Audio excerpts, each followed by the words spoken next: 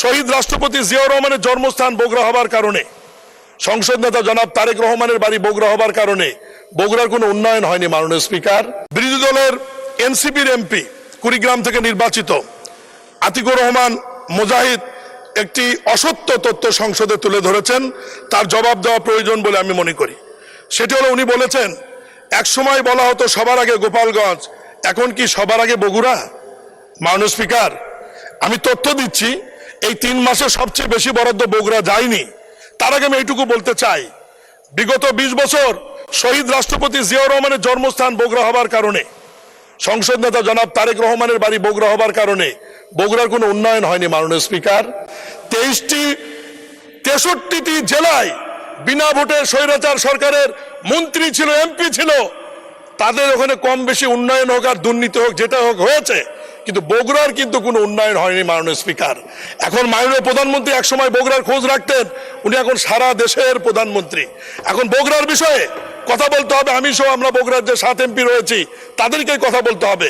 আমি আজকে এই সংসদে সকল মন্ত্রী এবং মন্ত্রণালয়ের অনুরোধ করব, আমাদের বগুড়ার আমরা বেশি বরাদ্দ চাই না, 20 বছরে যে ঘাটতি রয়েছে অন্য 63 জেলার সাথে পূরণ করবার জন্য এই ঘাটতিটুকু আপনারা পূরণ করে দেন, তাহলেই আমাদের কোনো আর কথা থাকবে না। মাননীয় স্পিকার, আতিকুর রহমান মুজাহিদ এমপি সাহেব উনি যে তথ্য দিয়েছেন, এই তথ্যতে আমার মন্ত্রী মির্জা ফখরুল ইসলাম সাহেবও এখানে মর্মাহত হয়েছেন।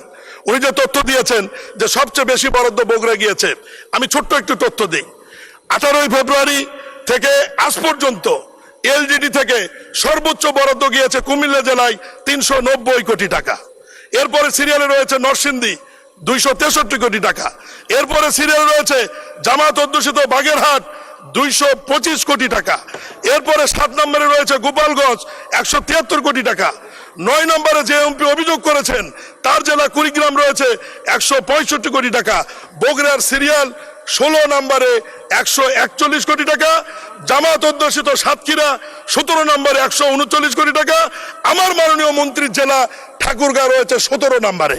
মাননীয় স্পিকার, একটু বলিয়েন, 64টা আছে, সময় কম তো আমি তো বলতেই পারবো না।